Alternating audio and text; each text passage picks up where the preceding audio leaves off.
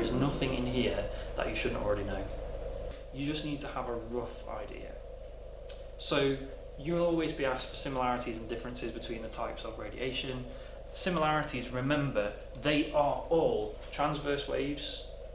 They all travel at the speed of light. Light is just a member of the EM spectrum.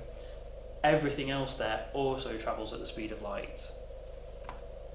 They can be known as photons. We'll worry about that in a few booklets' time. They all transfer energy. Those similarities are key, especially this one, because you are supposed to know the speed of light, and you are supposed to know that all of these things travel at the speed of light.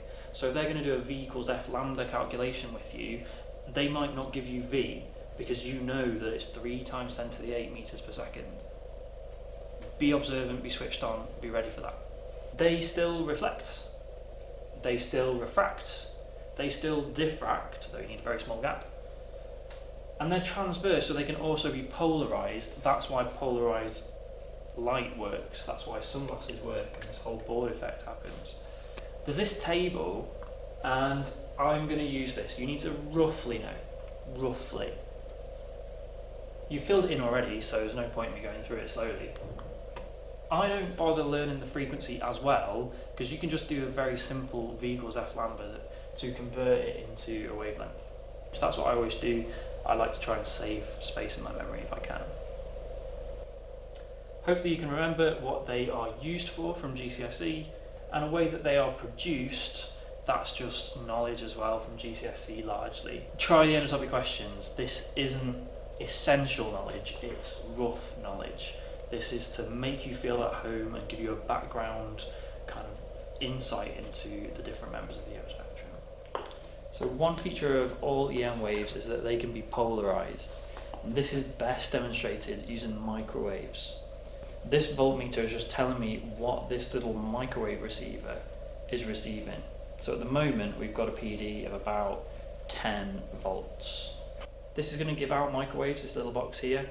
And here is my microwave polarizer. When I put the Polaroids in horizontal alignment to the direction of transmission here, watch what happens on the voltmeter.